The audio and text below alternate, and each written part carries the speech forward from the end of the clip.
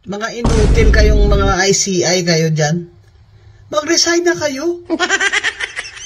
Willing kayo to compromise para may transparency.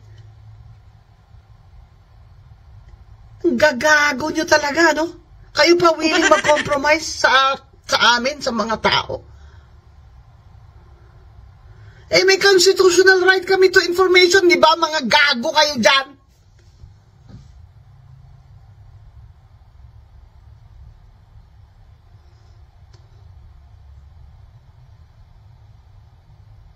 So, sawa na kami sa mga katutaan nyo, mga kahayupan na walang mananagot. Walang mananagot. Si Romualdez pa ngayon ang hero? Aba, putang ama! Ang mastermind pa? Ang mag-state witness? Eh, yun ang i-recommenda nyo, mga ICI kayo, mga inutil kayo. Ang utos sa inyo ni BBM, si Saldi ko lang, ang ikukulong nyo, yun lang yun? Yun na? Talagang untouchable si Romualdez sa Martin Luther King, ha? Ay, kung hindi nyo kaya, panindigan yan. Yung putang aman yung ICI na yan, wala nang trust ang tao sa inyo, ay mag-resign na kayo lahat. Yan nga ho, pag-uusapan natin ngayon mga reaction update PJ. Ito na nga ho si Madam Mama Beng, aka, ayan, Mama Beng, si Attorney Rowena Guanzon, nagsalita na ukol dyan sa ICI. Narinig naman po natin yung gigil ni Attorney Rowena Guanzon. Siyempre naman ho, unang-una sa lahat, itong ICI, makikita ho natin na mga inutil, bias, at bayaran. Diba? Hindi naman ho nila gagawin yung mga yan kung hindi ho sila sinusupalpal ng limpak-limpak na salapi ng pera ni Marcos Jr. Bakit ho nila ginagawa yan? Pera-pera lang ho ang usapan. Tsaka sino ba yung gumawa ng ICI? Si Marcos Jr. Pinapamukha lang ho nilang nag-iimbestiga sila at may mananagot accountability sa mga flood control ghost project. Pero ang katotohanan po, wala ho. Si Saldi ko lang ho yung gusto nilang idikdik. Yun lang ho yung pinakagusto nilang idikdik, pero nga si Martin Luther King, ano po nangyari? Siya pa ang state witness. Kaya mga kapdit, hanggat sila ho'y nakaluklok, yung ICI, yung si Marcos Jr., hanggat hawak ho ni Martin Luther King ang leeg ni Marcos Jr., wala hong mangyari sa Pilipinas. Puro ngangalahong ho tayo. Umaasang may mananagot, may makukulong sa mga hinayupak na yan, pero wala ho tayong magagawa, kundi maglabas lang ng sama ng loob. Isa pa nga, isipin mo, yung mga nangyari ngayong nakawan. Bilyon-bilyon kasing usapan dito, Kapti. Trilyon-trilyon. Ikaw, nagbabayad ka ng buwis mo. Kahit nga bumili ka lang sa tindahan, sa 7-Eleven, nagbabayad ka pa rin. Makikita po natin yan yung VAT. Tax. Yan po yung binabayad nating buwis. Sila ho, nag-i-enjoy sila sa pera natin. Pinapakain pa nila sa kanila mga pamilya, yung mga ninanakaw nila. Tapos yung mga ating kababayan naghihirap, yung mga nakikita naman natin pag may sakuna, may bagyo, may baha, maraming pamilyang apektado. May mga kababayan tayo nalulunod. May mga nababawian ng buhay. May mga nasisira-sirang gamit na kung saan-saan, lalo ho silang nalulugmok. Yan po yung kinakaharap ng bansa nila. Pero ano yung ginagawa nila? Binubulsa lang ho nila yung mga pera ng taong bayan. Yung pera ng mga Pilipinong naghihirap magtrabaho para sa may maipakain sa kanilang pamilya. Pero sila mga kapatid, wala ho. Basta makapambulsa sila, okay na. Tapos pag kakaharapin na yung kaso, tahimik na ho lahat sila. Kaya mga kapatid, hindi lang ho yun ang ating pag-uusapan. Kung saan na, di umano, sangkot daw itong si Marcos Jr., si Lisa Marcos sa GSIS scandal. Kaya mga kapatid, rekta na rin ho tayo dito. Dito sa California, ito po si Binibining Maharlika, ang inyong palangga. Ayan, malamig na ba ang ating boses? Kaya naman, sa mga palangga ko sa Pilipinas na ngayon ay nakahiga sa kanilang mga malalambot, matitigas na kama o sa mga banig nila. Sana ang aking boses ay inyong pampatulog. Alright? So wala tayong video dahil ito ay podcast number 1. Kaya naman, magandang araw sa inyong lahat. So ito ay very special day dahil first podcast natin dito sa ating Boldyakan channel or Boldyak TV. Kaya naman kailangan nating ulit-ulitin ang mga issue na napakahalaga sa ating mga Pilipino. Kaya pag-usapan natin uli ang bilyon-bilyong di umano na paggasta at pagkalugi ng Government Service Insurance System o GSIS sa pamumuno ni Vic Veloso at ang taong ito ay nasuspend na nga dahil sa mga maanumalyang kinasasangkutan niya. Pero dahil alam nyo na kung ano ang mga eksena sa ombudsman, ay nilift ang kanyang suspension. So, sukang-suka ang ating mga palangga dyan sa GSIS na kung saan ang pera ng ating mga pensyonado o ating mga miyembro ay isinusugal na para tila bagang pagmamay-ari ni Vic Veloso, GSIS President, ang pera ninyo. Napag-alaman natin dahil siya nga ay protektado ni Bangag Jr., ni Marcos Jr., ni Liza Tanas, ni Liza Marcos. Kaya naman walang pakundangan na mag-invest etong si Vic Veloso na kahit alam niya na pwedeng malugi ang pondo ng GSIS member. Sabi nga natin kahapon, abalang-abala si Bonjing. Abalang-abala ang gobyernong magpakitang gilas kunwari sa investigation sa flood control. Pero, mga kababayan, yung ginagawa ng GSIS ay ayaw pansinin ng gobyerno ni Bangag at ni Bonjing sa kabila ng mga reports ng ating mga palangga dyan sa GSIS, sa mga ghost investment na ginagawa ni Vic Veloso, President ng GSIS. Siyempre, dahil ini-empower siya ni Liza Tanas Marcos, ni Bersamin para gawin niya ang kahindik-hindik na paglagay sa peligro ng pera ng mga miyembro.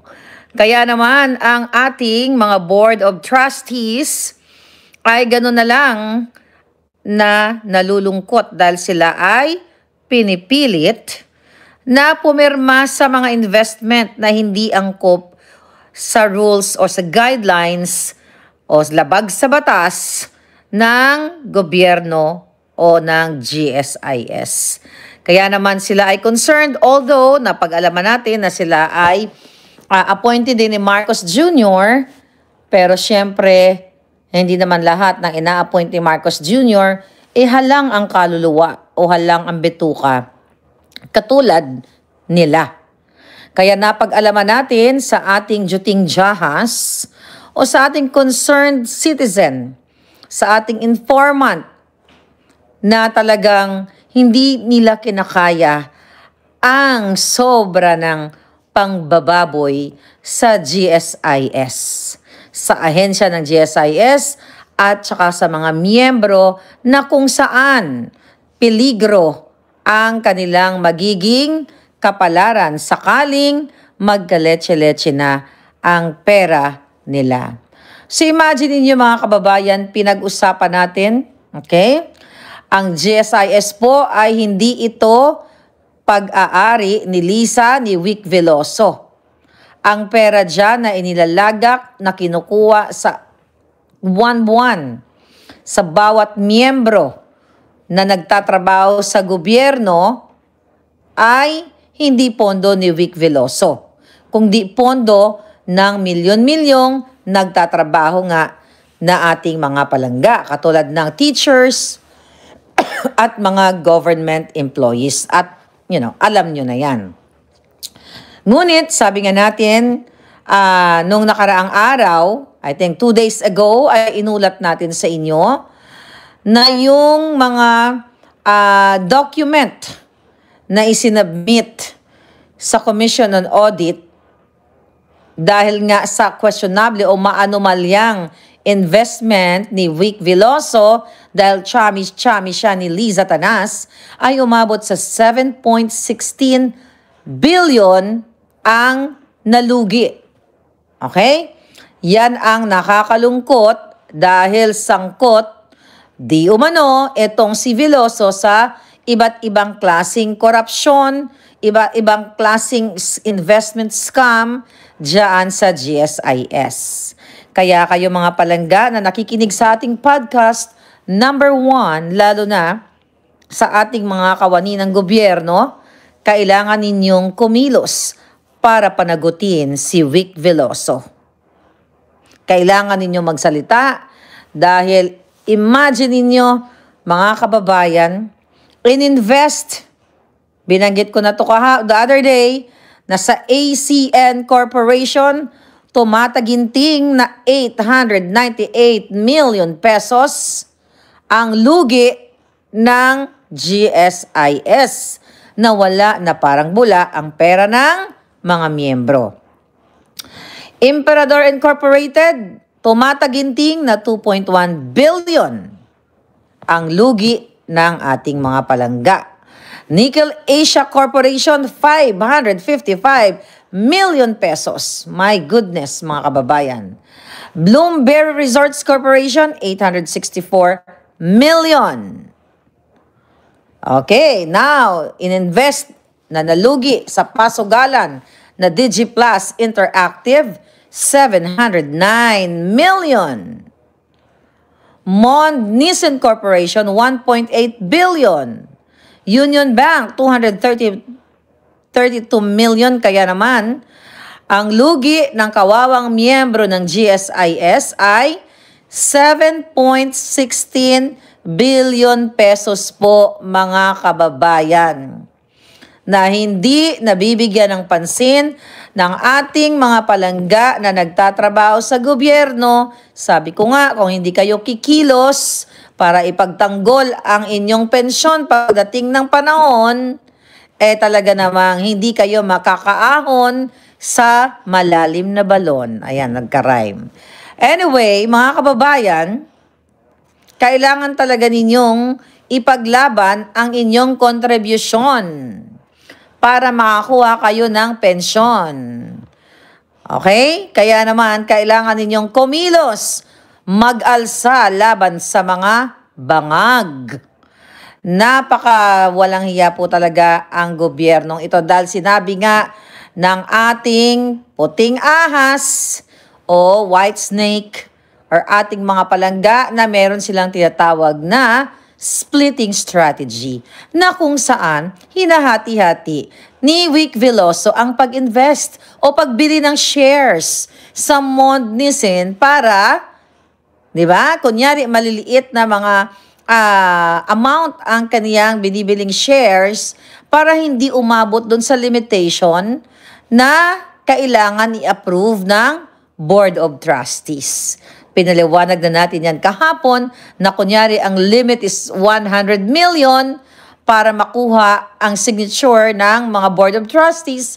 Ang ginagawa lang naman ni Vic Veloso dahil inuutusan siya ni Liza Tanas Marcos, ni Bangag Jr. na split-split niya. Kumbaga, 250 million muna, diba? Or 25 million, kunyari, 25, 1/4 lang, para kang bumibili ng 1/4 na baboy sa palengke. Diba? Diba? 1/4 muna, 1/4 ngayon, to bukas 1/4 na naman, para mabuo niya yung para hindi niya kailanganin ang perma ng Board of Trustees para hindi siya masilip. Pero likas na may puso pa ang ating mga naiiwan dyan na mga Board of Trustees. I hope nakikinig kayo ngayon, mga ma'am, mga sir. Sana ipaglaban nyo to. I know most of you there are smart people. I don't know you guys. Pero alam ko, the fact na ito ay ayaw nyo pumirma, you're not part of the bangag scamming or scheme. 'Di ba? Kaya naman, kung talagang mahal nyo ang inyong bayan, mahal nyo ang inyong pamilya, ang future ng inyong mga anak, huwag nyong hayaang patuloy na babuyin ng GSIS President na si Vic Veloso ang pondo ng milyon-milyong miyembro at bilyon-bilyong piso na pension para sa inyong future. Dahil pag hindi po kayo kumilos ngayon, mga kababayan, mga palangga, kawawa ang inyong mga beneficiaries. Pag dumating ang panahon na wala na kayong matanggap dahil inubos na nila Liza Tanas ang inyong mga pension, wala po talaga kayong maaasahan pagdating ng panahon. Sinabi nga natin na bumili na nga itong GSIS ng DigiPlus. 'Di ba? Share o DigiPlus Interactive Share sa halagang 19 pesos per share dahil sabi nito ni Vic Veloso, ang target natin is 40 pesos para kumita naman ang ating ang pondo ng GSIS. Imagine nyo mga kababayan, nung na-reach na ang 40 pesos, imbis na ibenta para, lumago ang pondo ng GSIS. So, ang ginawa ng walang hiya ay mas lalo pang bumili ng napakaraming shares for 42 pesos per share, mga kababayan. Kasi nga, ayon sa ating source, ito ay konektado na naman kay Albi Benitez na aw-aw din ni Lisa Marcos. Kaya naman talagang sabi ko nga kanina, Boying Remulla, Bonjing, bakit yan lang ang mga diskayang iniimbestigahan? Tama rin ang sinabi ni Inday Sara kanina sa kanyang press con na very selective ang gobyernong ito. Kung sino lang, kung ano lang ang narrative na gusto nilang ipalabas, yun lang yung gusto nilang buksan. Kaya nga kawawa talaga mga kababayan, ang ating mga palangga, lahat kayo dyan, dahil ito ay more than anything else, okay? Na pera na pinag-uusapan natin dito para sa future ng mga pensioners, ng kanilang mga beneficiaries. Ito ay usaping manindigan o prinsipyo nitong mga nandyan sa GSIS. Okay? Diyan sa GSIS, kung nakikinig po kayo, para na ako ditong radyo bombo, di ba? Nasusunod, meron na akong gong. Okay? Basta radyo, Maharlika dapat. Dapat meron na tayong Maharlika Radio, no? So, since mag-podcast na lang tayo.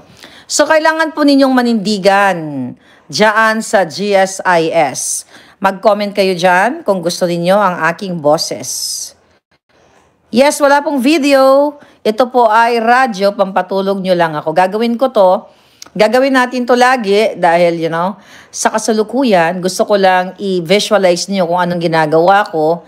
Ngayon po ay nakaupo ako sa tasa na parang prinsesa.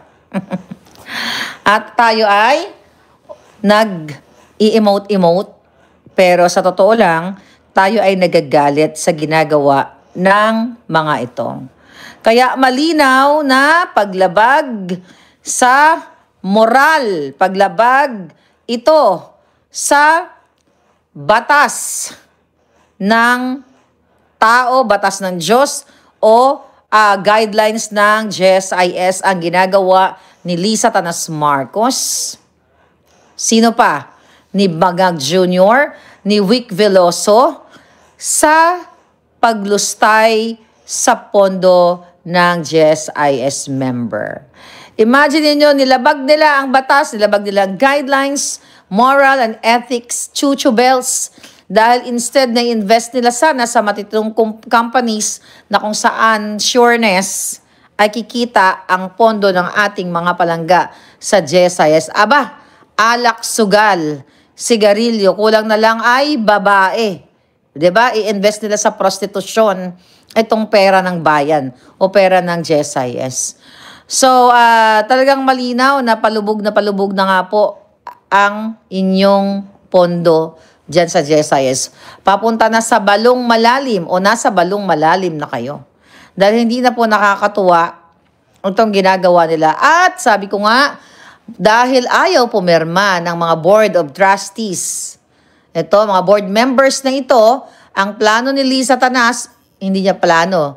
According to my source, napirmahan na ang pag-expel o pagpatalsik dito sa mga board of trustees na ayaw pumirma